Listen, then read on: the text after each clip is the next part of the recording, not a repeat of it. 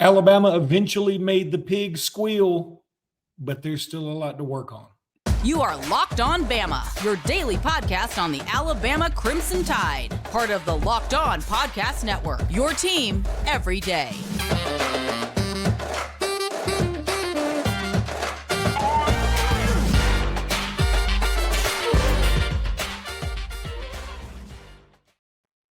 Hey, everybody, and welcome back into Locked On Bama. Luke Robinson, it's me, Jimmy Stein, as him, Jimmy. This episode is brought to you by Gametime. I used the Gametime app today, people. I used it today to go to the Dolphins versus the Panthers. I'm going to tell you all about it later. Such an easy process. I'm so thankful that it worked out. It was awesome. Absolutely loved the experience. And so we'll talk about that in a minute. I might use Gametime for the Tennessee tickets too. Who knows? Meanwhile, Jimmy, Alabama. Okay, they beat Arkansas. Alabama is taking a beating right now, it seems like nationally, though. A lot of people are like, yeah, you beat Arkansas, but you kind of stunk doing it. I think that's a little harsh. There was still some positives in this game. But here's the thing that I took away. We're kind of a feast or famine team. I mean, you didn't hear Dallas Turner's name really all game long until the late sack. Jalen Milroe was unbelievable from about midway through the first until just after halftime.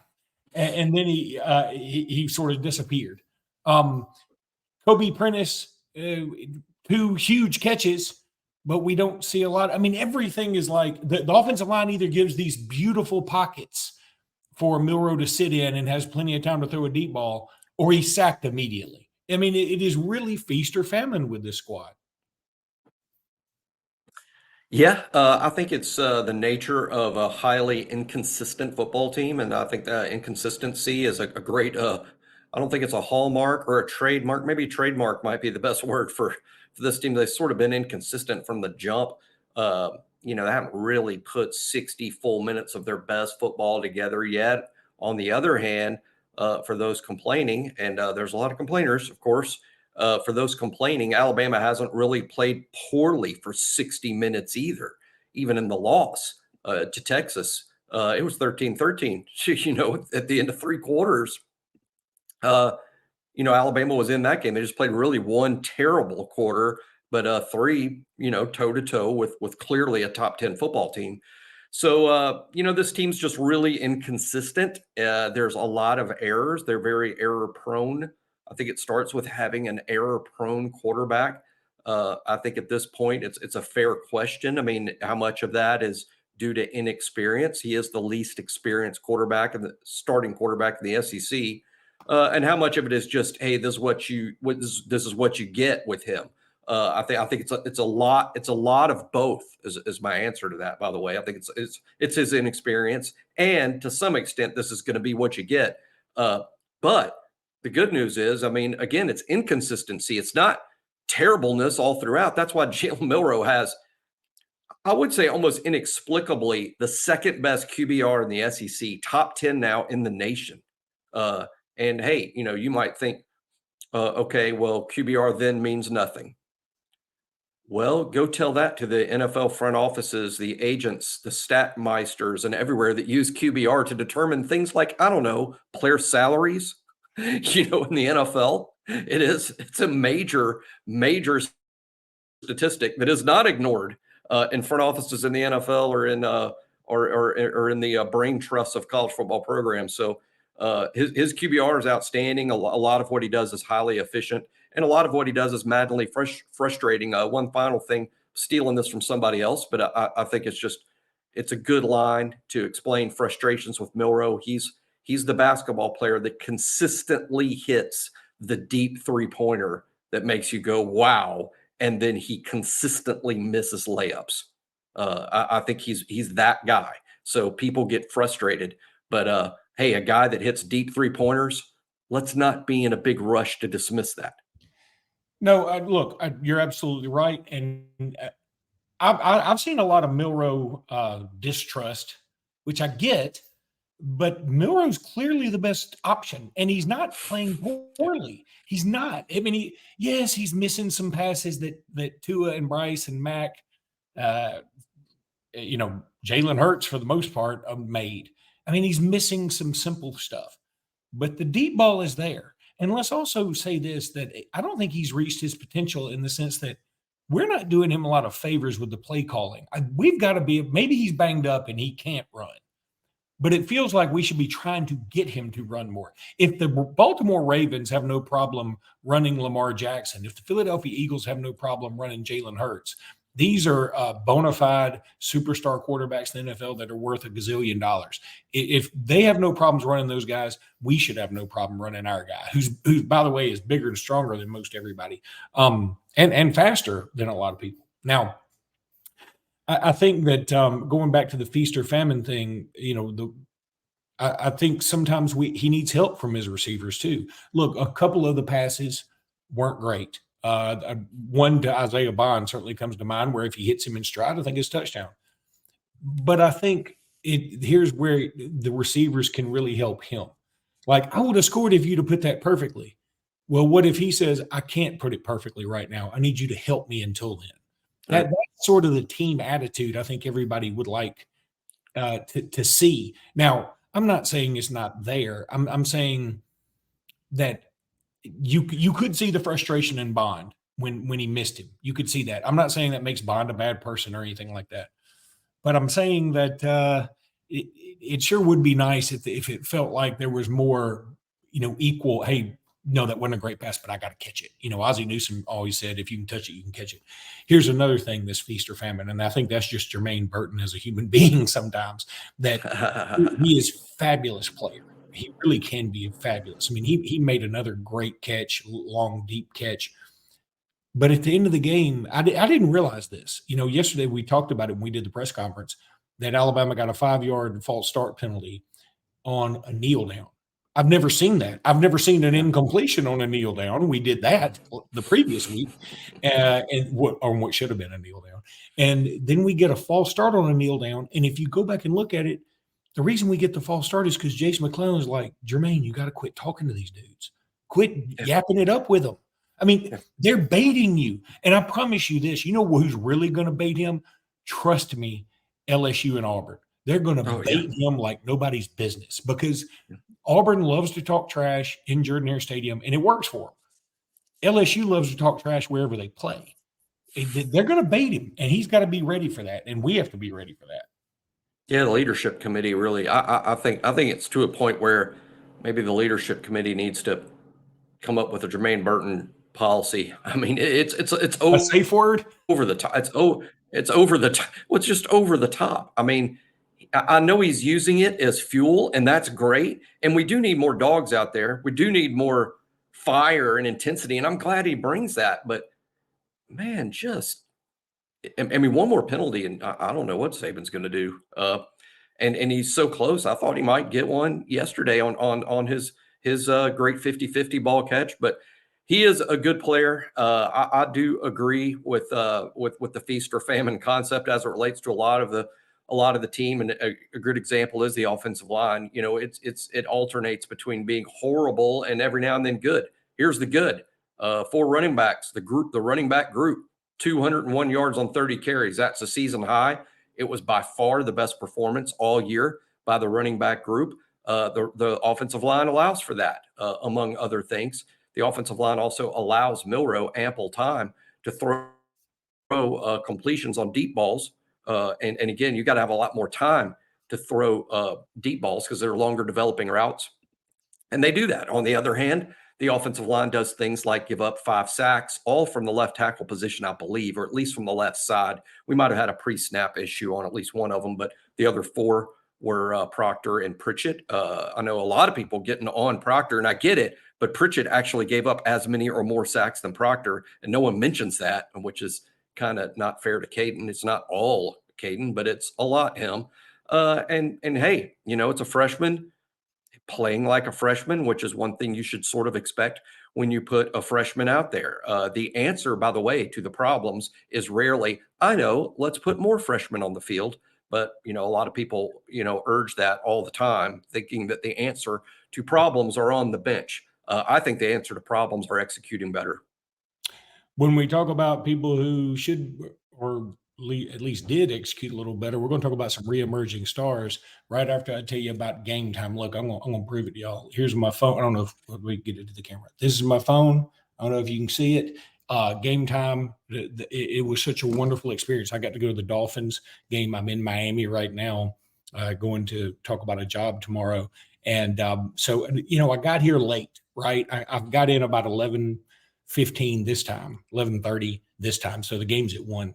But I was like, I got to go to the hotel first because I got all this stuff. I got to go drop it off. I get to the hotel. My phone's about to die. I charge it for a minute. And I'm like, do I really want to go to this game? And I looked on Game Time. I got a ticket for $48, right?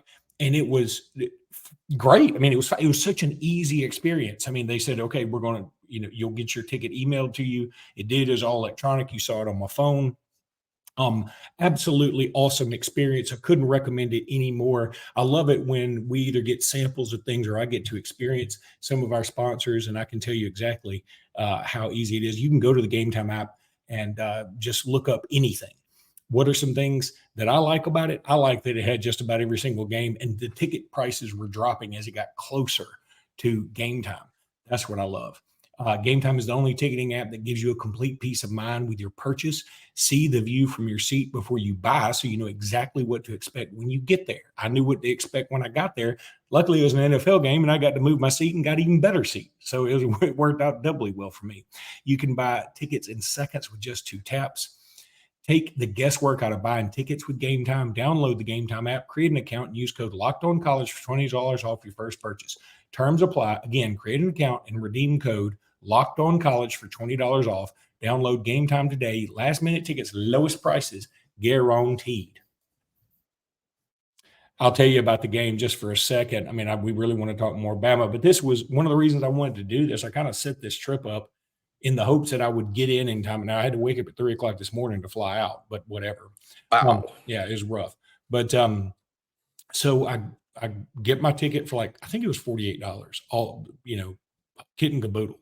And I get to the game. I've been to Hard Rock before because I came to a national championship game here, and I've been to 2 of them here, by the way. And so I went to the game and just moved around in seats. And here's something, Jimmy. I wanted to see Bryson too. I thought that was going to be very cool. I want to show you guys this. The score is tied at this time. Okay. It's getting pretty close to halftime, I think. Maybe midway through the second. I can't remember exactly, but I remember knowing the score was tied. This is what it looked like across the way from me. I mean, and I know that people listening on the podcast can't see, that's a ton of empty seats. That's not a bunch of turquoise jerseys. That's a bunch of empty seats. That's amazing. And what I was astounded by, the loudness. It was still very loud in here. And let me tell you something else, man. I know some NFL people have been very slow to warm to Tua. Miami people love them some Tua Tagovailoa. I mean, Tua jerseys were out in full force. They were everywhere.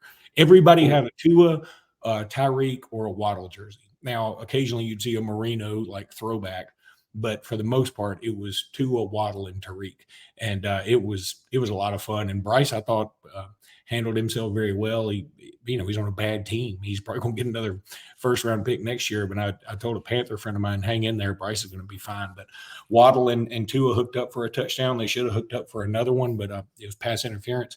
So Tua with another big day, 3 total touchdowns, I think. And he's killing it right now. It's so much fun. It's so nostalgic to come to a Dolphins game and see both of them play. And you just think, my God, they throw beautiful balls. But all right, let's talk about some re-emerging stars. I mean, I brought up Kobe Prentice. That's when Kobe Prentice and Ja'Cory Brooks. Brooks, boy, I didn't think he really did himself any favors yesterday, but I'm hoping that maybe just getting out on the field again, because it feels like he hadn't even been on the field. I know he's played, but it feels like he hadn't been a part of the game plan. And then Kobe Prentice, I don't know what we need to do. You talked about this in the text chain that maybe we have too many sort of first rotation receivers. Maybe we need to back off a guy or 2. 7's a lot. Seven's a lot. I don't know what the normal number is for teams around the country. I can tell you 7's the most Alabama's ever had, in terms of how many guys play regularly with the first team. 7's a lot. I think that's why you don't see as many catches for this guy or that guy or Jacory. And I think Jacory's also been banged up. I think that's why he didn't play but one snap a week ago. He's been hurt, but he's back and able to play more snaps and sort of did okay and then didn't do so good. Luke mentioned something earlier. I couldn't agree more about catching balls. There were some drops, some bad drops. I mean, the Malik drop the Malik drop was terrible. There were other drops. There were other times when players got their hands on it, were unable to make the catch that you wouldn't necessarily call drops because they were tough catches. But man, if I was a coach, and let's all thank goodness that I'm not, because I'd probably be terrible.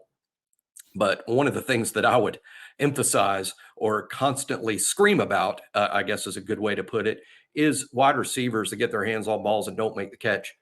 Hey, I know that they would love it, and we all would love it if the quarterback put the ball right on the numbers every time. We would love that.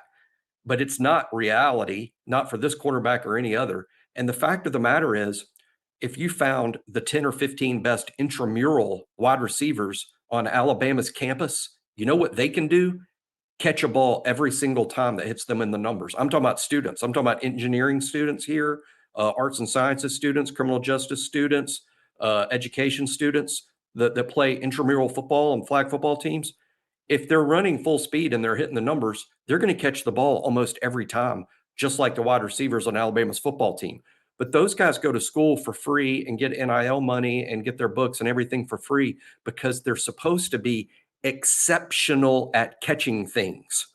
I'm not talking about the balls that hit them in the numbers. I'm talking about balls at their feet, balls that are over their head, balls that it's going to take a lot to get one hand on, to slow the ball down, and then maybe make some miraculous catch. That's why you're here.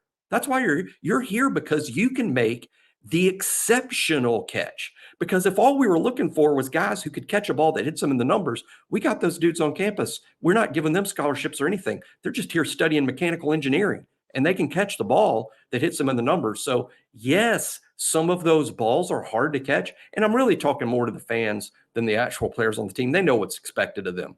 But I'm talking to the fans too, in terms of what you should expect from them is, hey, I know some of these catches are tough, but that's exactly why they're signed to play football here, because they're exceptional athletes who can make tough catches. And we need to see more of that and not expect that the quarterback's going to put it directly on their numbers on every throw. That's not how it works on Sundays either. As a matter of fact, there'll be a top 10 plays tonight on ESPN showing NFL plays, and about half of those are going to be exceptional catches by wide receivers because the quarterback didn't put the ball on the numbers.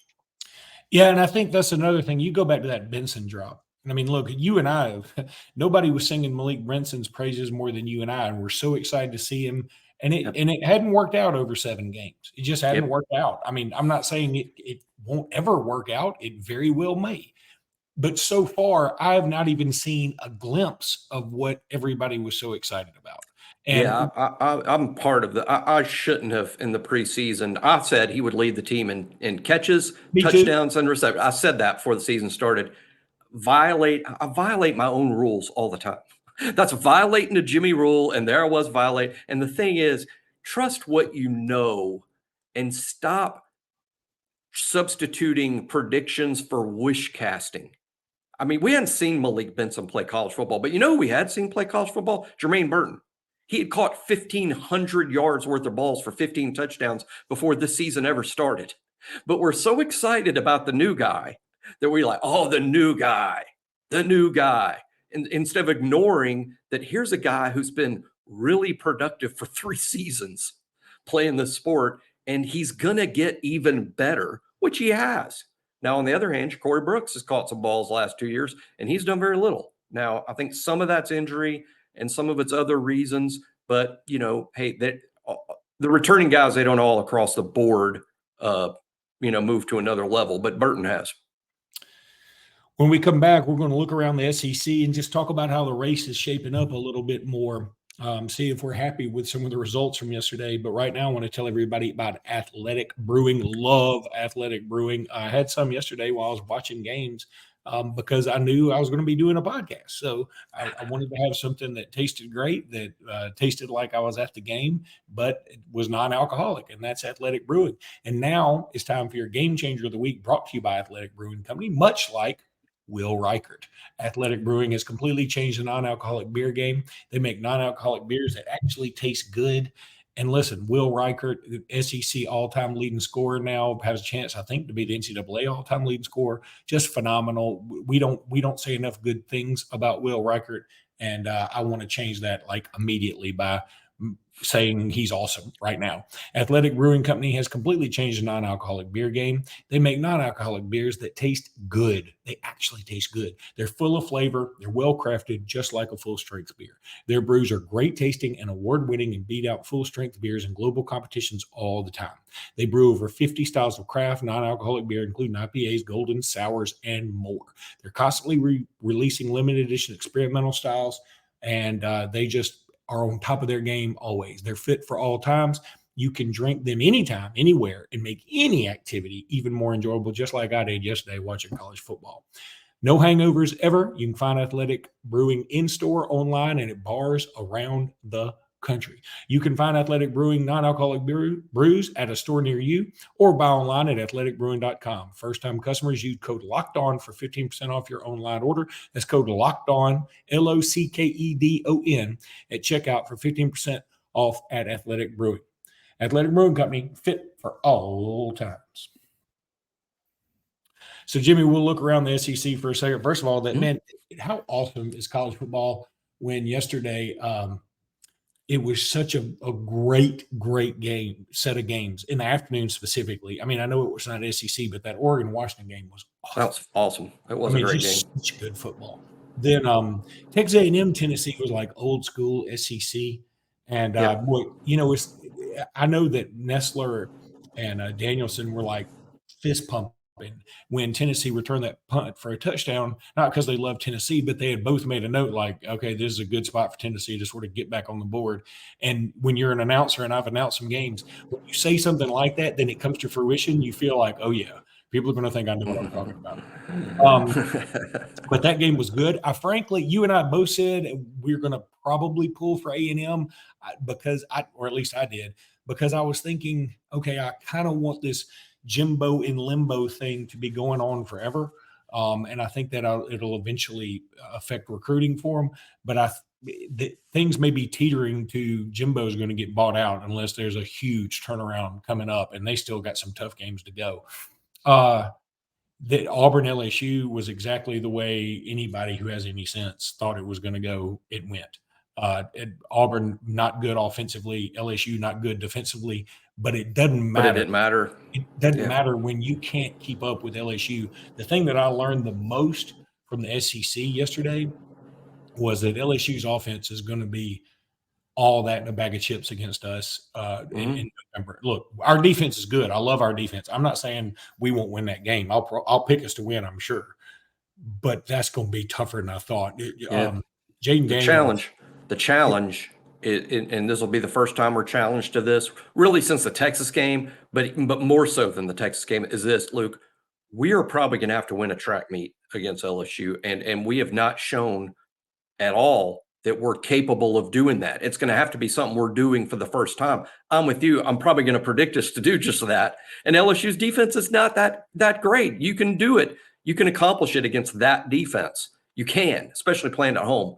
But we're going to have to score in the 30s to win that game. I'm convinced of that. Probably high 30s. I think 38 will do it. 35 might do it, but 38 will do it.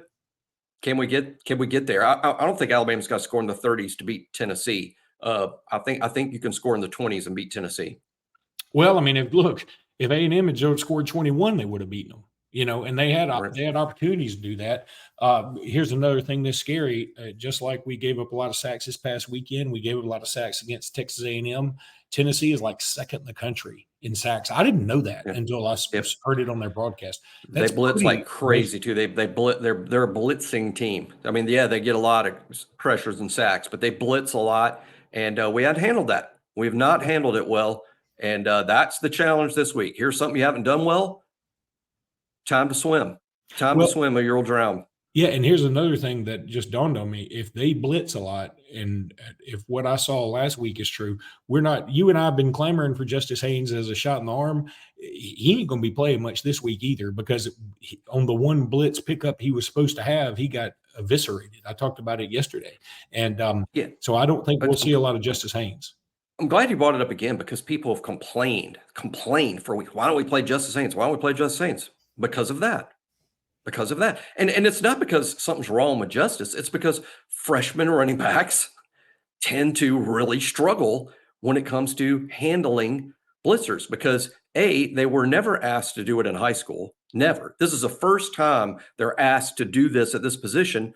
Oh yeah. And the person you have to learn to block is 6'2" and 235 pounds and running like an Olympic sprinter.